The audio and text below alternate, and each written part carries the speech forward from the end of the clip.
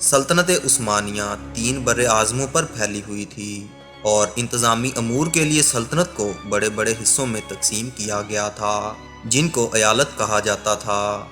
अयालतें संजक में, संजक कज़ा में और कज़ा को कुएं में तकसीम किया गया था। सूबे पहले अयालत कहलाते थे, जिन्हें बाद अज़ां वलायत कर दिया गया, जबकि संजाक की हैसियत ज़िलों की सी थी। वलायतों के हाकिम पाशा और ज़िलों के हाकम संजक बे कहलाते थे। नाज़रीन, सुलेमान आज़म के ओहद में सल्तनत 21 वलायतों और 250 संजाकों में तकसीम थी।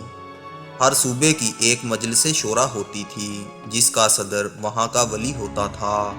कज़ा किसी बड़े शहर या इससे मुल्हक चंद कस्बात पर मुश्तमिल होती थी और इसका हाकिम आला सुबाशी यानी फ़ौज का अफसर होता था। कोए में गाँव और कस्बे सब शामिल किए गए थे।